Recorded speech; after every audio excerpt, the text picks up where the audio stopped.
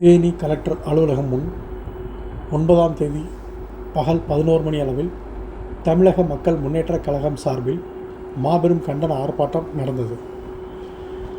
தேனி மாவட்ட தமிழக மக்கள் முன்னேற்றக் கழகம் சார்பில் மாவட்ட தலைவர் மல்லர் பாலா தலைமையில் தேனி மாவட்ட ஆட்சியர் அலுவலக வளாகம் முன் மாபெரும் கண்டன ஆர்ப்பாட்டம் நடந்தது. இந்த ஆர்ப்பாட்டத்தில் தேனி புதிய பேருந்து நிலையம் கர்னல் ஜான் பென்னிக்விக் பேருந்து நிலையத்தில் உரிய அனுமதி பெற்று செயல்பட்டு வந்த ஆட்டோ ஸ்டாண்டை மீண்டும் செயல்படுத்த வலியுறுத்தி கண்டன கோஷங்கள் எழுப்பி ஆர்ப்பாட்டம் நடந்தது.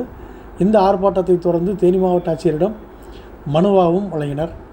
இது குறித்து இவர்கள் கூறுகையில், கடந்த 13 ஆண்டுகளுக்கு முன் உரிய அனுமதி பெற்று ஆட்டோ ஸ்டாண்ட் செயல்பட்டு வந்த நிலையில் அனுமதி பெறாத ஆட்டோ ஓட்டுநர்களையும் அதே ஆட்டோ ஸ்டாண்டில் ஓட்டுவதற்கு அனுமதி வழங்க வேண்டும் என வலியுறுத்தி பல்வேறு அமைப்பினர்கள் போராட்டத்தில் ஈடுபட்டதால் தற்போது கர்னல் ஜான் பென்னிக்விக் பேருந்து நிலையத்தில் செயல்பட்டு வந்த அந்த ஆட்டோ ஸ்டாண்ட் செயல்படுத்தப்படாமல் நிறுத்தி வைக்கப்பட்டுள்ளது. இதனால் தங்கள் வாழ்வாதாரம் பெரிதும் பாதிக்கப்பட்டுள்ளது என்றும், எனவே மீண்டும் தங்கள் வாழ்வாதாரத்தை ஏற்படுத்தி தர அந்த ஆட்டோ ஸ்டாண்ட் செயல்படுத்த வலியுறுத்தி மாவட்ட ஆட்சியரிடம் மனுவாக வழங்கியதாக தெரிவித்தனர்.